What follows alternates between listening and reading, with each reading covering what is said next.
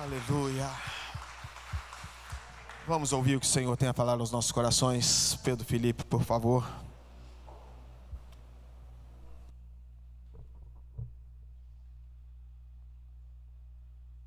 Amém. Como é bom poder louvar ao Senhor, dizer palavras, de engrandecimento ao nosso Deus. Deus é bom, Deus é tudo isso e mais um pouco. É que nos falta palavra, não é mesmo? Para descrever o quanto Deus é valioso em nossas vidas, o quanto Ele é bondoso, o quanto Ele é bom, o quanto Ele é misericordioso. Glória ao nome do Senhor. Sem delongas, irmãos, nós vamos fazer uma breve meditação na palavra do Senhor. Eu convido você a abrir a sua Bíblia na carta de Paulo aos Romanos, no último capítulo, capítulo de número 16, nós vamos ler apenas os 2 primeiros versículos desse capítulo.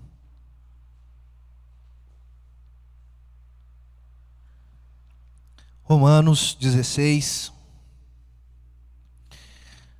versículo 1 e 2 diz assim: recomendo-vos a nossa irmã Febe, que está servindo a igreja de Cencreia, para que a recebais no Senhor como convém aos santos, e ajudeis em tudo de que vós vier precisar, porque tem sido protetora de muitos, e de mim inclusive.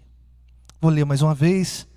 Recomendo-vos a nossa irmã Febe, que está servindo a igreja de Cencreia, para que a recebais no Senhor como convém aos santos, e ajudeis em tudo que de vós vier precisar, porque tem sido protetora de muitos, e de mim inclusive. Amém. Que o Senhor fale aos nossos corações e aplique a santa palavra dele em nós. Em 1 Coríntios capítulo de número 11, versículo 23, é a ministração a respeito da ceia do Senhor. Nós lemos quase que sempre. Diz assim o apóstolo Paulo: porque eu recebi do Senhor o que também vos entreguei. Na verdade, Paulo está mostrando que o evangelho é muito mais do que reter conhecimento. O evangelho, ele é muito mais do que sabedoria sobre teologia. O evangelho é muito mais do que nós estarmos de fato conectados àquilo que os grandes pensadores, filósofos, teólogos, pastores têm em mente. As palavras de Paulo mostram a necessidade de traduzir, de transferir ao outro esse conhecimento. Nós lembramos das palavras de Jesus, dizendo que todo aquele que ouve as palavras e não pratica é semelhante a um homem que, estando na praia, resolve edificar a sua casa. E aí veio o vento, veio a chuva e o rio combateu contra aquela casa e aquela casa caiu. Por outro lado, aquele que ouviu a palavra do Senhor é como aquele que edificou a casa sobre a rocha, e nada pôde abalar. O meu irmão de Jesus, meu irmão de Jesus, Tiago, não apóstolo, mas um grande líder da igreja no início do século, ele também falou a respeito disso, no capítulo de número 1, versículo 22, que nós não devemos ser somente ouvintes, mas praticantes da palavra. Não adianta nada a gente chegar aqui domingo após domingo, segunda após segunda, quarta-feira após quarta-feira, e escutar e buscar conhecimento em grandes pastores, como nós temos na nossa denominação e em outras denominações também. Ser cheio de sabedoria, sendo que a gente não consegue traduzir aquilo em boa prática. Uma história rápida para vocês. Aconteceu que um dia, um homem de alta patente no exército, paraquedista, resolveu fazer um salto. E ele foi para uma cidade muito bonita, e indo saltar, ele, no momento da descida, resolveu acionar o paraquedas. E por um problema de manuseio ou defeito no equipamento, começou a descer de modo que ele não conseguia mais controlar o paraquedas. E aí ele se viu numa grande enrascada, porque ele caiu entre duas árvores e ele ficou pendurado ao ponto de não conseguir sair dela, porque ele estava numa altura considerável e ao mesmo tempo não dava também para escalar aquelas árvores, porque ele estava no meio, entre as duas árvores. E aí veio um crente, aquele crente raiz, sabe? Aquele que carrega uma Bíblia 2 metros por 2 metros, uma Bíblia de Genebra, vinha cantarolando, firme nas promessas do Senhor. E aí, ele esperançoso, porque já tinha muito tempo que ele estava ali preso, ele chegou para o rapaz, o crente, e falou assim: ei, você pode me ajudar? E o rapaz olhou para o alto e falou assim: opa, reparei que você está preso aí. Ele falou assim: é verdade, eu me prendi aqui. Então você é um paraquedista, né? O rapaz falou assim: sim, eu sou um paraquedista. E para você ter caído aí é porque aconteceu algum problema. Aí o paraquedista, né, falou assim: aconteceu, eu não consegui pousar de maneira adequada. E o jovem continuou, falou assim: e eu estou vendo que você, além de tudo, é do exército, né? Ele falou assim: sou do exército. E é de patente alta, né? Porque eu conheço a patente. O homem já estava meio cansado daquela história. Ele falou assim: e eu estou vendo que você é crente, né? E o jovem falou assim: você percebeu isso? Como é que você percebeu? Por causa da minha Bíblia, o meu modo de vestir? Ele falou assim: não, é porque tem meia hora que você está falando um monte de verdades que não me valem de nada, porque eu não consegui sair daqui até agora. Curiosa a história, né? Mas retrata o que nós vivemos nos nossos dias.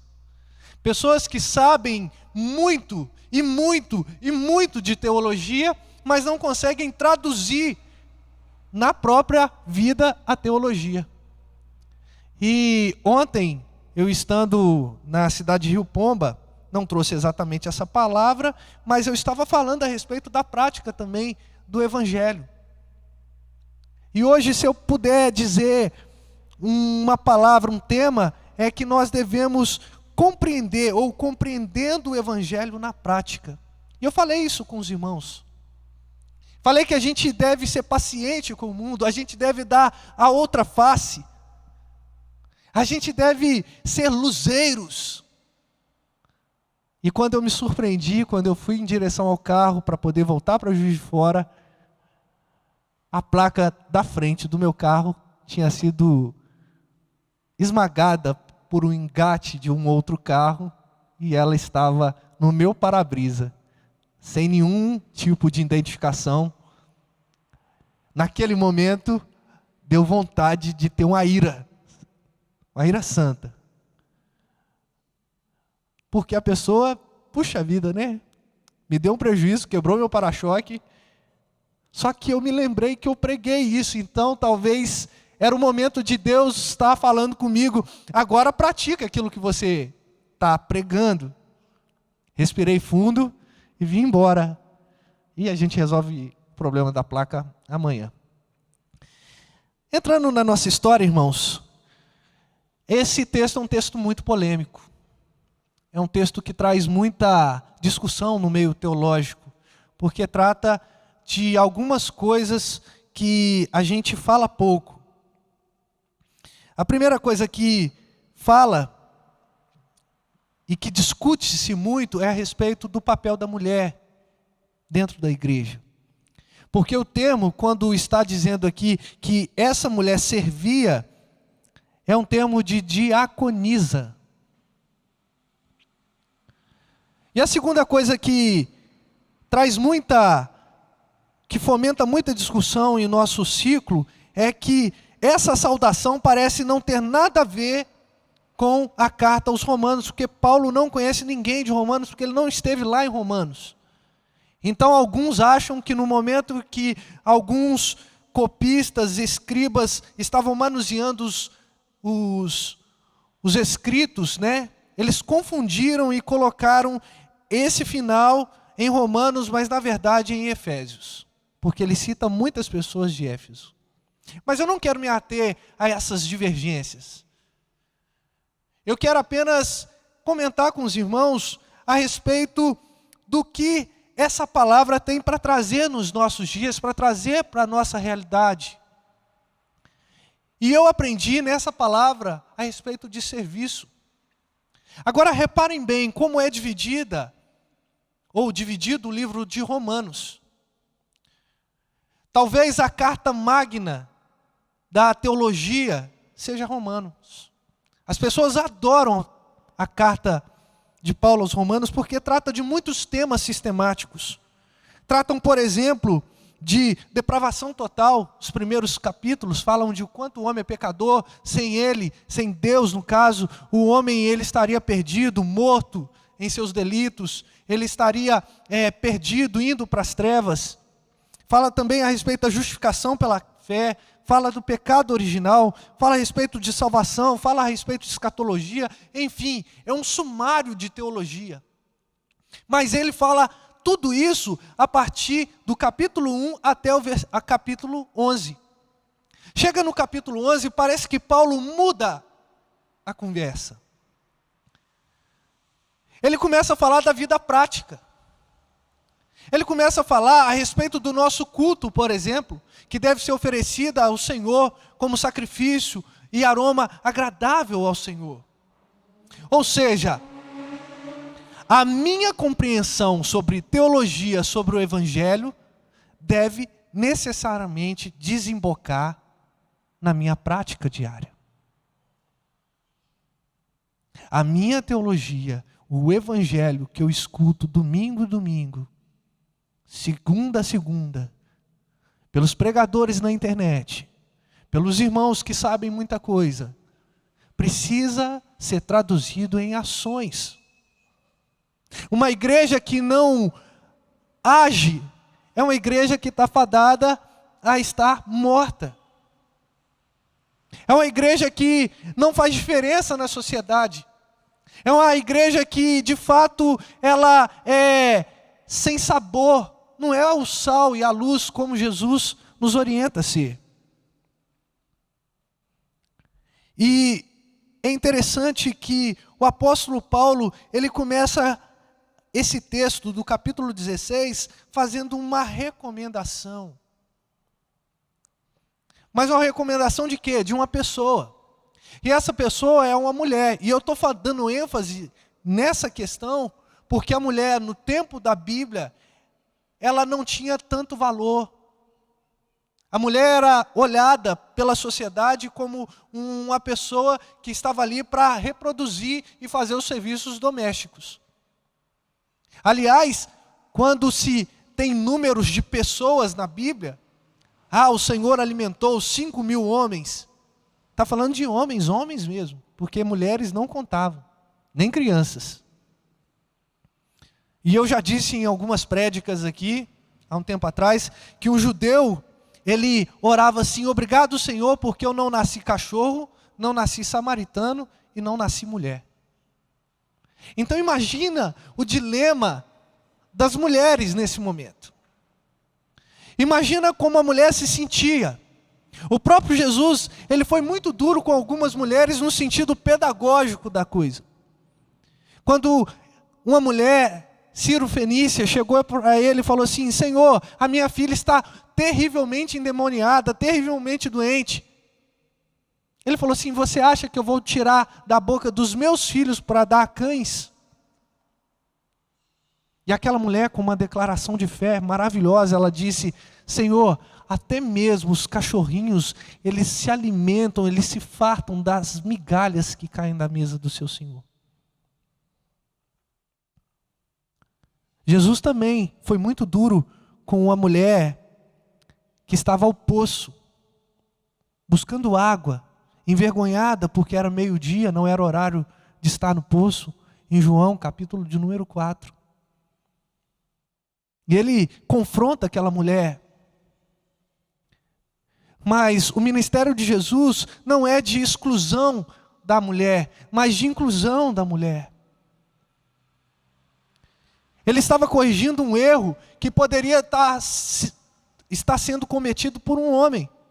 Acontece que Jesus, ele não compactua com erros. Ele é santo, totalmente santo. E é isso que nós devemos compreender, que à medida que nós somos corrigidos pelo Senhor, que nós somos confrontados pela palavra do Senhor, nós precisamos desenvolver frutos dignos daquilo que de fato o Evangelho nos apresenta. Se eu, enquanto crente em Cristo Jesus, eu entendi o Evangelho, ele precisa fazer com que os meus frutos sejam bênção para as outras pessoas. Então a gente está diante daqui de uma recomendação, não de um irmão, mas de uma irmã. Provavelmente, essa mulher era viúva, provavelmente. E era dona de muitos bens, muitas posses, e a gente vai falar isso depois. E ela estava carregando com ela a carta mais importante que a gente julga nos dias de hoje, em termos teológicos, a carta aos Romanos. Foi ela quem levou aos irmãos de Roma essa carta. E alguns teólogos, como F.F. Bruce, por exemplo, vai poder dizer que ela era uma mulher de muitas posses e talvez ela estaria indo para Roma justamente para poder fazer algum tipo de negócio. Assim como Lídia tinha muitas posses. Mas o apóstolo Paulo chega no final da sua carta, fazendo recomendações dessa mulher. Falando, olha igreja, vocês precisam receber essa mulher. Recebam ela com todo carinho, porque ela é serva. E aí eu não quero entrar na discussão se é diaconisa, se não é. A questão é que todos nós precisamos servir na casa do Senhor. O salmo que eu li no início não foi à toa, porque o versículo de número 1 e o número 2 vai falar assim, servir ao Senhor com alegria. Só que a gente está deixando de servir ao Senhor, a gente quer se alimentar, e o que nós temos dentro das igrejas hoje são irmãos infrutíferos, como aquela árvore, aquela figueira que Jesus olhou, estava bonita, porque tinha muitas folhagens, mas não tinha nenhum fruto. Não é a mesma coisa de ter irmãos, por exemplo, que conhecem muito de sabedoria, mas dão um mau testemunho na sociedade? Não é o equivalente de pessoas que chegam a ter a arrogância de falar a respeito das Escrituras como uma matéria de ciência, mas não vivem nada na sua vida prática, na sua vida devocional. Mas essa mulher, a Febe, ela estava servindo a igreja de Cencreia. E Cencreia estava em Corinto. E provavelmente Paulo escreveu essa carta aos Romanos quando ele estava ainda em Corinto, na cidade de Corinto. Por isso ele deu a essa irmã essa carta tão importante para os nossos dias. E ele está falando para a igreja, olha, recebam ela, porque ela está de fato trabalhando. E está muito consoante aos ensinamentos de Paulo. Aquele que trabalha, ele é de fato alvo de merecimento dos seus rendimentos. Quem não trabalha, que não coma.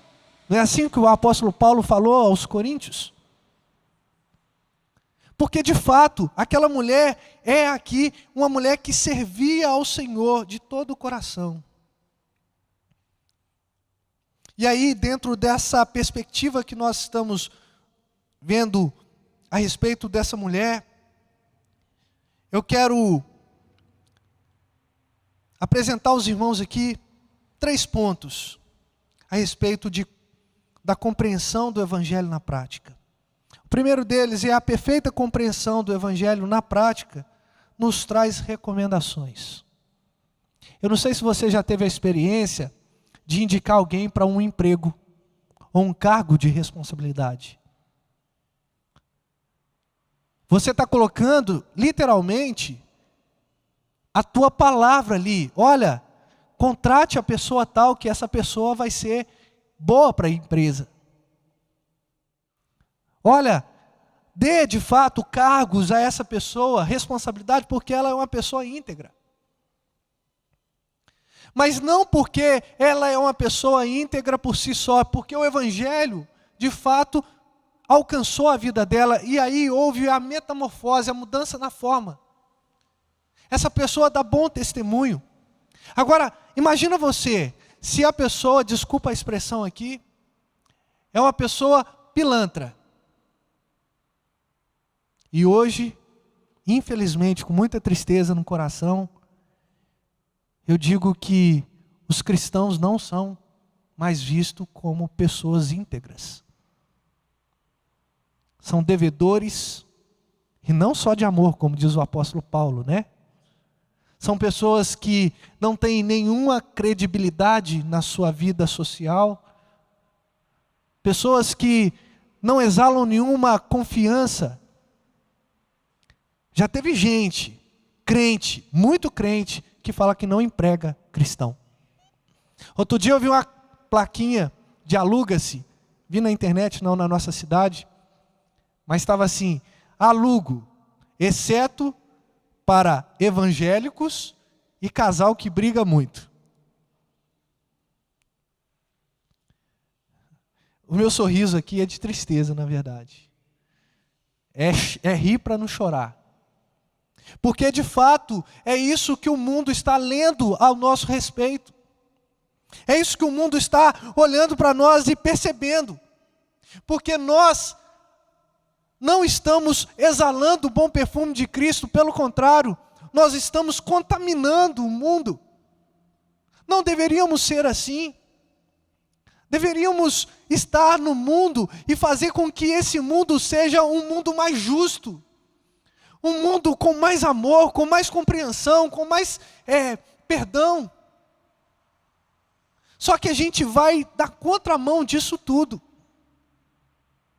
E às vezes a gente fica chateado com irmãos que não fazem recomendações nossas. Mas por que não fazem recomendações nossas? Porque não damos bom testemunho. Não servimos ao Senhor. Ah, Pedro, mas o que é servir ao Senhor? Já tem os diáconos da igreja, a junta diaconal da igreja, já tem os presbíteros, os pastores. Irmãos, nós não servimos ao Senhor somente no templo. A nossa vida vai além dos limites eclesiásticos. A nossa vida vai no nosso trabalho, na nossa casa, na nossa faculdade. Vai no momento da nossa descontração com os nossos amigos. A nossa vida na igreja, na verdade, é uma extensão daquilo que nós vivemos lá fora. Só que muitas vezes a gente usa máscaras para entrar dentro da igreja e viver uma vida totalmente diferente que vivemos lá fora. Dentro da igreja somos santos, irrepreensíveis, mas lá fora damos mau testemunho.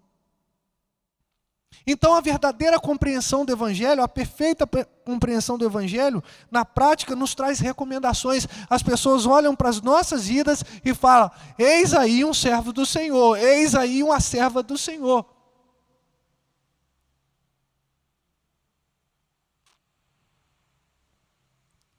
Recomendações, falar bem.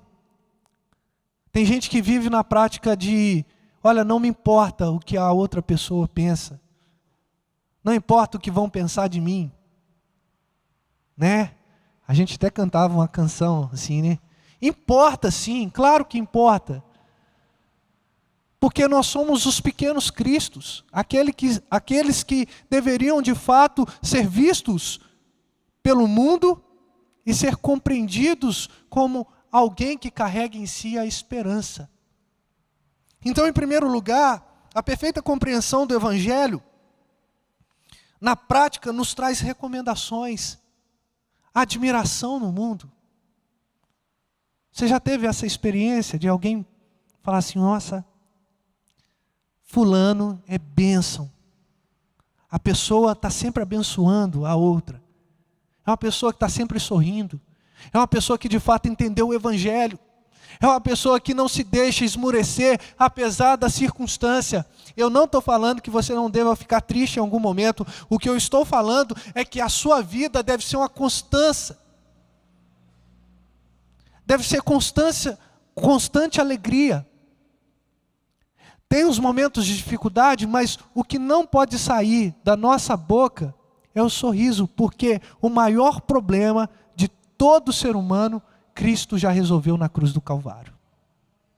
O seu maior problema é que você estava indo em direção ao inferno e Cristo te resgatou. E isso precisa ser expressado em cada passo que você der, em cada decisão que você tomar, em cada palavra que você falar. Por isso que a verdadeira compreensão do Evangelho traz recomendações, admirações às pessoas. Em segundo lugar, a perfeita compreensão do Evangelho, na prática, traz a reciprocidade de boas obras. Nós entendemos, pelo Senhor Jesus, no ato dele na cruz do Calvário, que o nosso amor deve ser um amor incondicional. No entanto, o Evangelho também aponta para a mútua compreensão e mútua ajuda ao próximo. Reparem só, o apóstolo Paulo fala assim: para que a recebais no Senhor, como convém aos santos. E eu quero dar uma pausa aqui, porque existe um padrão. Existe um padrão que deve ser seguido por nós, como convém aos santos. Ou seja, é diferente de um recebimento qualquer. Nós devemos, de fato, estar na condição de bons hospitaleiros, bons receptores. Quantas vezes, irmãos, a gente senta na igreja, a gente não sabe o nome do irmão que está do nosso lado. Eu já passei essa vergonha. Uma pessoa que chegou, e eu acho que eu nunca prestei atenção, cheguei para ela e falei assim: oi, tudo bem? Bem-vinda. Qual que é o seu nome? Ela falou. Eu falei assim: é a primeira vez que você vem? Não, estou aqui há 5 anos. Tá certo que eu tenho menos de 2 na igreja, mas ela já tinha vindo aqui mais vezes. 5 anos. Hoje ela está no Rio. Casou e foi para o Rio. Mas não é assim? Porque a gente chega numa fome de escutar a palavra de Deus, e a gente escuta, e a gente é alimentado com boas palavras dos pastores. Só que a gente enche o nosso, desculpa a expressão, o nosso bucho espiritual, digamos assim, e a gente sai pela rua fora, arrotando, desculpa a expressão mais uma vez, conhecimento, mas nada de prática. Por isso o apóstolo Paulo está falando, como convém aos santos. Existe um padrão que você precisa seguir. Quando te dá o título de santo, não é somente ser separado, mas é aquele que entendeu, absorveu e pratica as boas obras. E não é porque você quer chamar a atenção da outra pessoa, ou chamar a atenção de alguém, ou chamar a atenção de Deus, querendo salvação. Não, nós fazemos boas obras porque nós entendemos o Evangelho, e assim nós praticamos as boas obras. Não é o contrário.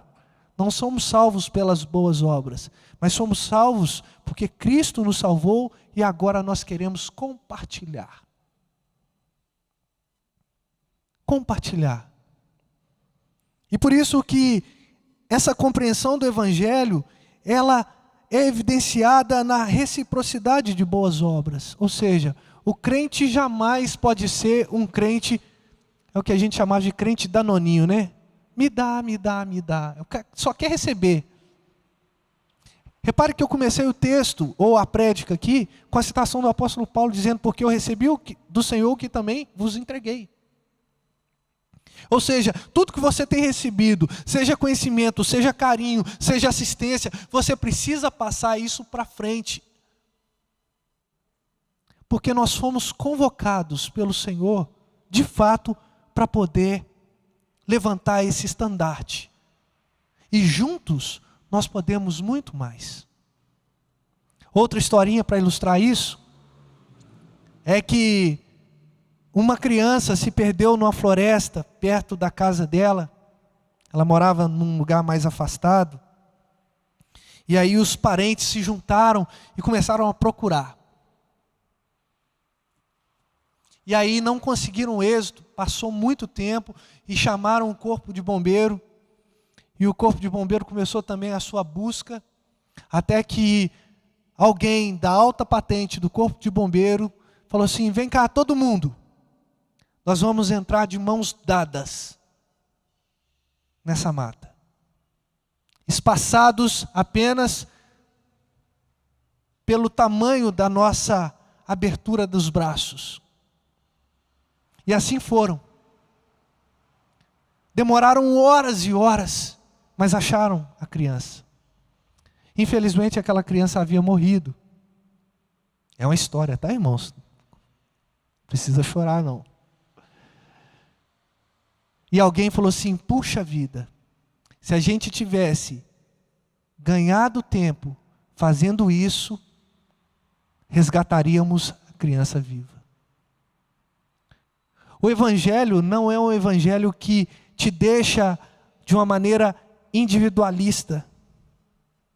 O Evangelho é o Evangelho que traz em si uma comunidade. Você e o irmão que está do seu lado, o irmão que está à sua frente, o irmão que está perto de você, o irmão que assenta na igreja perto de você, o irmão que é de outra denominação, ele é um com você em Cristo. Nós somos o corpo de Cristo e Cristo é o nosso cabeça.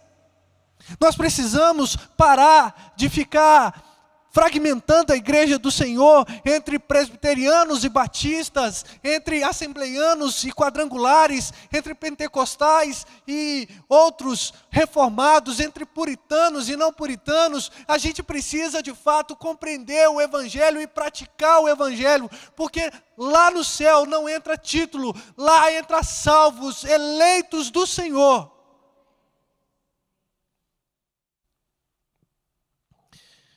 Só que isso é difícil, não é fácil.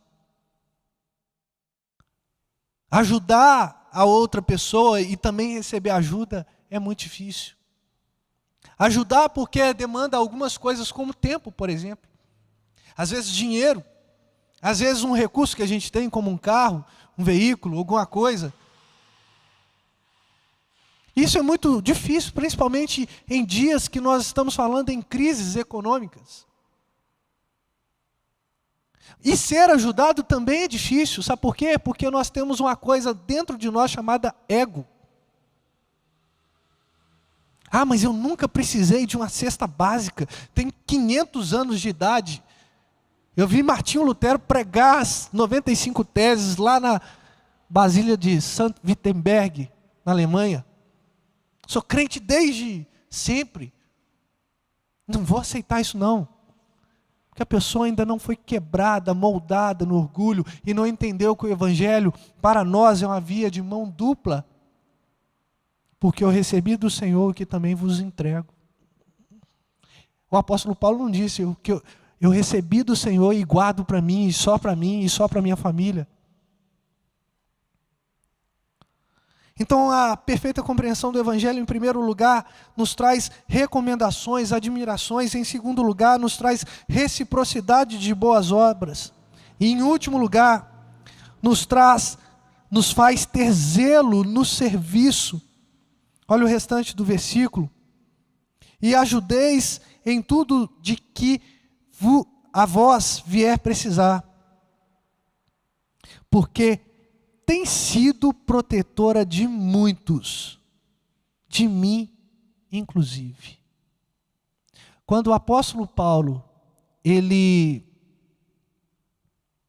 deixou de ser um fariseu, perseguidor da igreja, ele perdeu o prestígio que ele tinha na sociedade. Não é à toa que em Filipenses ele vai falar assim: olha, eu aprendi a viver contente em toda e qualquer situação. Tanto sei o que é ter muito, quanto sei o que é ter pouco. Já tive na frente de banquetes e já tive fome. O apóstolo Paulo está fazendo um contraste entre as duas realidades que ele viveu. Momento de muita fartura, quando ele era um fariseu muito rico, influente. E um momento de muita dificuldade, quando ele se converteu a Cristo. Ou quando ele foi convertido a Cristo.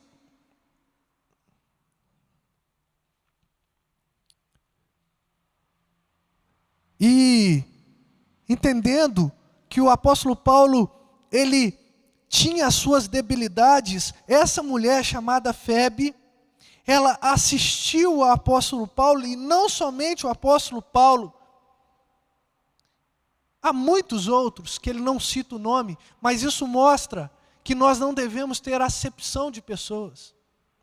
Não é porque o fulano é bonzinho, a Beltrana é bonitinha. Nós devemos fazer o bem a todos.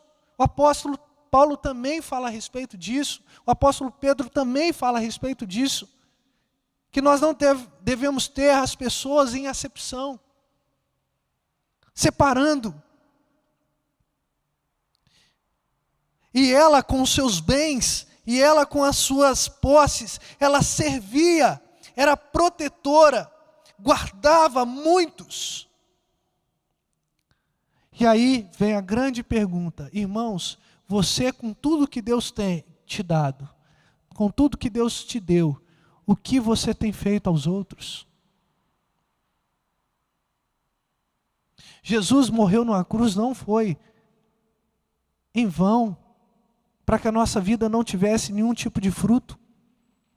Jesus morreu na cruz para que nós entendêssemos de fato que a salvação que hoje exala em nosso peito transborda para a pessoa que está próxima da gente, aqueles que necessitam de fato.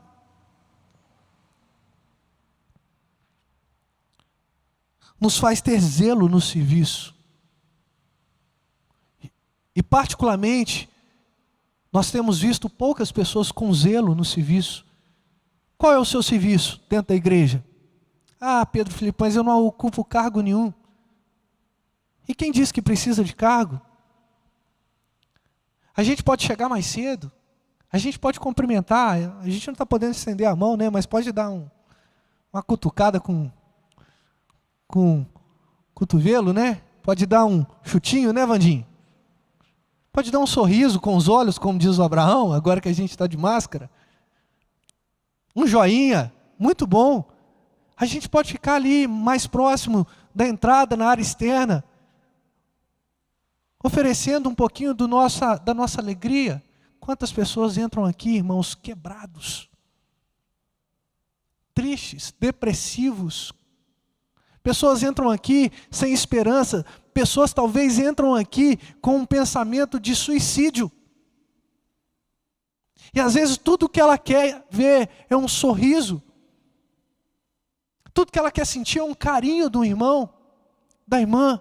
Mas sabe o que a gente faz? O culto começa às 7, a gente chega às 7h15. O culto termina às 9, a gente sai 10:50. E isso não é zelo com o serviço do Senhor. Eu posso não ter função sistemática na igreja, mas eu sou um servo do Senhor. E por que eu estou falando isso? Para a gente concluir.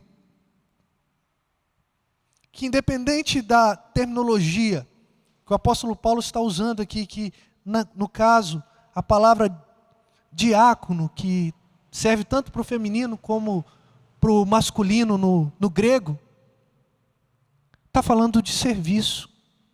E é a mesma palavra, se você voltar à sua Bíblia, uma página apenas, no capítulo 15, no versículo de número 8, vai dizer assim: digo, pois, que Cristo foi constituído ministro da circuncisão em prol da verdade de Deus, para confirmar as promessas feitas aos nossos pais.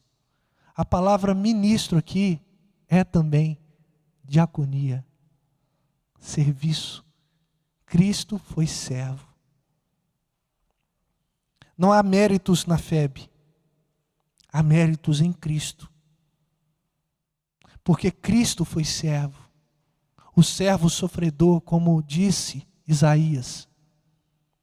E por conta desse entendimento que ele foi servo, eu também quero servir ao meu próximo. Eu também quero servir ao Senhor. Cristo foi o perfeito diácono, o perfeito serviço. Você também pode ser o perfeito diácono, a perfeita diaconisa, servindo ao Senhor. Só que esse serviço precisa ser feito como FEB fez.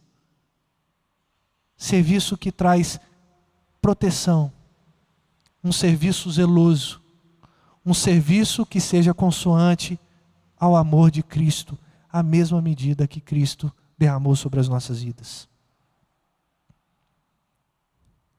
Eu espero que nessa tarde você saia daqui com o pensamento seguinte: eu estou saindo para poder servir esse mundo caído. Esse mundo que precisa de perdão e compaixão, de um amor perfeito, de um Deus que salva. Eu falei isso com a juventude na prédica de sexta-feira. O mundo está precisando de você. O mundo está precisando do seu sorriso. O mundo está precisando da sua experiência. O mundo está precisando da sua intelectualidade. O mundo está precisando da sua sensibilidade. O mundo está precisando de Cristo,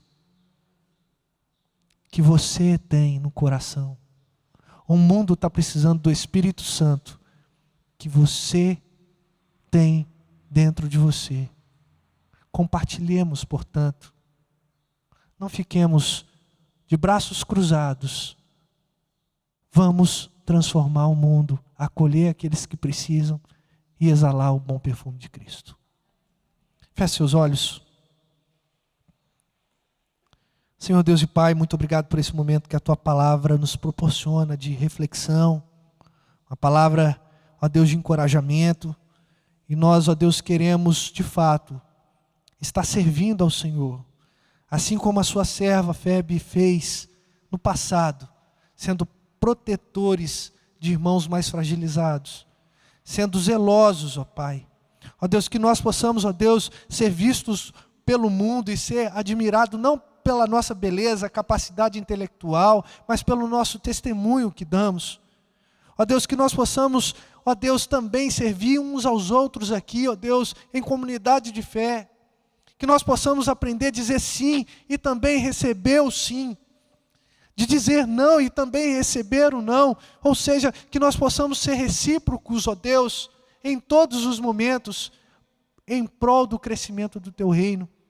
Ó Deus, e acima de tudo, que nós possamos, de fato, imitar o Senhor Jesus, ser bons imitadores, assim como o apóstolo Paulo instruiu, que nós devemos ser imitadores assim como ele é de Cristo, que nós possamos, no nosso andar, no nosso caminhar, de fato, mostrar que nós somos testemunhas vivas, com frutos que vêm do Senhor para abençoar os outros. É o que nós pedimos e te agradecemos no nome de Jesus. Amém.